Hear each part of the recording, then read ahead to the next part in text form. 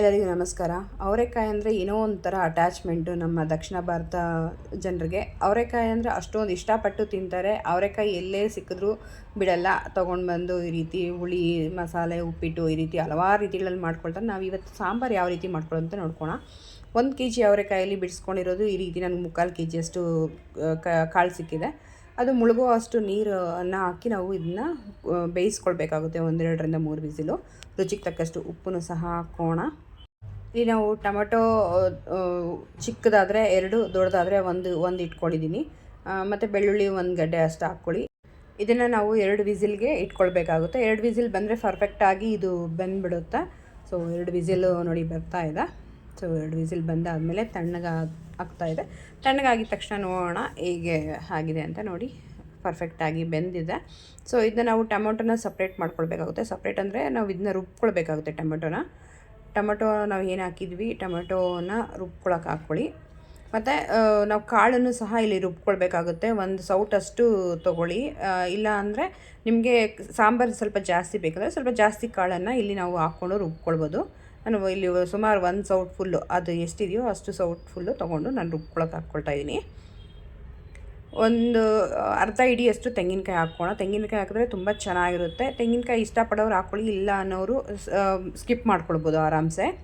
ಒಂದು ಚಿಕ್ಕ ಈರುಳ್ಳಿ ಈ ರೀತಿ ಸಣ್ಣ ಸಣ್ಣ ಕಟ್ ಮಾಡಿ ಹಸಿ ಈರುಳ್ಳಿನೇ ಹಾಕ್ಕೊಳ್ಳಿ. ರುಬ್ಬೋದಕ್ಕೆ ತುಂಬ ಚೆನ್ನಾಗಿ ಟೇಸ್ಟ್ ಕೊಡುತ್ತೆ ಈ ರೀತಿ ಹಾಕೋದ್ರಿಂದ. ಸಾಂಬಾರು ಪುಡಿ ನಾನು 2 ಸ್ಪೂನು ಮನೇಲೇ ಮಾಡ್ಕೊಳ್ಳೋ ಅಂಥದ್ದು 2 ಸ್ಪೂನ್ ಬಳಸ್ಕೊಳ್ತಾ ಇದ್ದೀನಿ. ಇಲ್ಲಾಂದರೆ ನಿಮಗೆ ಸ್ಯಾಶೆಟ್ ಸಿಗುತ್ತೆ 10 ರೂಪಾಯಿದು, ಆ ಥರದ್ದು 1 ಪ್ಯಾಕೆಟ್ ಹಾಕ್ಕೊಂಡ್ರೂ ಸಾಕಾಗುತ್ತೆ.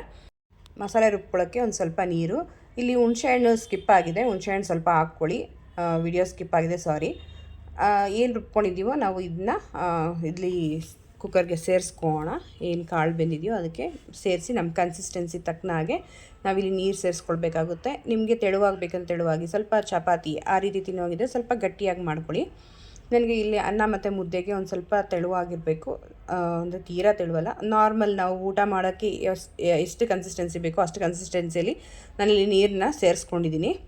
ಇದನ್ನ ಸೇರಿಸ್ಕೊಂಡು ನಾವು 1-2 ಕುದಿ ಬಂದರೆ ಸಾಕು, ಪರ್ಫೆಕ್ಟಾದ ಸಾಂಬಾರಂತೂ ರೆಡಿ ಆಗಿಬಿಡುತ್ತೆ. ನಮ್ಮ ದಕ್ಷಿಣ ಕರ್ನಾಟಕದ ಜನ ಇದು ತುಂಬಾ ಇಷ್ಟಪಟ್ಟು ತಿಂತಾರೆ. ಅಷ್ಟು ಅದ್ಭುತವಾದ ಒಂದು ರುಚಿ ಕೊಡುತ್ತೆ ಈ ಸಾಂಬಾರು. ನೋಡಿ ಒಗ್ಗರಣೆಗೆ ಇಟ್ಕೊಳ್ಳೋಣ. ಆ ಕಡೆ ಒಂದು ಪ್ಯಾನ್ಗೆ ಸ್ವಲ್ಪ ಎಣ್ಣೆ ಮತ್ತು ಅರ್ಧ ಸ್ಪೂನಷ್ಟು ಜೀರಿಗೆ, ಅರ್ಧ ಸ್ಪೂನಷ್ಟು ಸಾಸಿವೆ ಹಾಕಿ ಚೆನ್ನಾಗಿ ಸಿಡಿಬೇಕು. ಈ ರೀತಿ ಒಗ್ಗರಣೆ ಕೊಡೋದ್ರಿಂದ ತುಂಬ ರುಚಿ ಕೊಡುತ್ತೆ. ಪ್ರತಿಯೊಂದು ಸಾಂಬಾರಿಗೂ ನಾವು ಈ ರೀತಿಯಾಗಿ ಒಗ್ಗರಣೆ ಕೊಡೋದು ಕಾಮನ್ನು. ಸೊ ಸ್ವಲ್ಪ ಕರ್ಬೇವಿನ ಸೊಪ್ಪು ಹಾಕಿ ಈ ರೀತಿ ಸಿಡಿದ ಮೇಲೆ ಒಗ್ಗರಣೆ ಕೊಟ್ಕೊಳ್ಳೋಣ. ಇನ್ನೂ ಯಾರು ನನ್ನ ಪೇಜ್ನ ಫಾಲೋ ಮಾಡಿಲ್ಲ, ಸಬ್ಸ್ಕ್ರೈಬ್ ಮಾಡಿಲ್ಲ, ಪ್ಲೀಸ್ ಫಾಲೋ ಆ್ಯಂಡ್ ಸಬ್ಸ್ಕ್ರೈಬ್ ಮಾಡಿ. ಫ್ರೆಂಡ್ಸ್ ಆ್ಯಂಡ್ ಫ್ಯಾಮಿಲಿಗೂ ಸಹ ಶೇರ್ ಮಾಡ್ಕೊಳ್ಳಿ. ಒಮ್ಮೆ ಈ ರೀತಿ ನೀವು ಸಾಂಬಾರು ಮಾಡ್ಕೊಂಡು ತಿಂದರೆ ಲೈಫಲ್ಲೇ ಮರೆಯಲ್ಲ, ಅಷ್ಟು ಅದ್ಭುತವಾದಂಥ ರುಚಿ ಇದು. ನೋಡಿ ಆ ರೀತಿ ಎಲ್ಲ ಮಸಾಲೆ ಹಾಕಿ ನೀಟಾಗಿ ಕನ್ಸಿಸ್ಟೆನ್ಸಿ ತಕ್ಕಂತೆ ನೀರು ಹಾಕಿ ಒಂದು ಕುದಿ ಬಂದರೆ ಸಾಕು. ನೋಡಿ ಈ ರೀತಿ ಸರ್ವ್ ಮಾಡ್ಕೊಳ್ಳೋಣ. ಇದು ಅನ್ನದ ಜೊತೆ ತುಪ್ಪ ಹಾಕ್ಕೊಂಡು ತಿಂದರೆ ನಮ್ಮನ್ನು ನಾವೇ ಕಳೆದೋಗ್ಬಿಡ್ತೇವೆ ನಾವು, ಅಷ್ಟು ರುಚಿಯಾಗಿರುತ್ತೆ. ಖಂಡಿತವಾಗ್ಲೂ ಒಮ್ಮೆ ಮಾಡ್ಕೊಂಡು ತಿಂದು ಆಮೇಲೆ ಕಮೆಂಟ್ ಮಾಡಿ ಹೇಗಾಗಿದೆ ಅಂತ.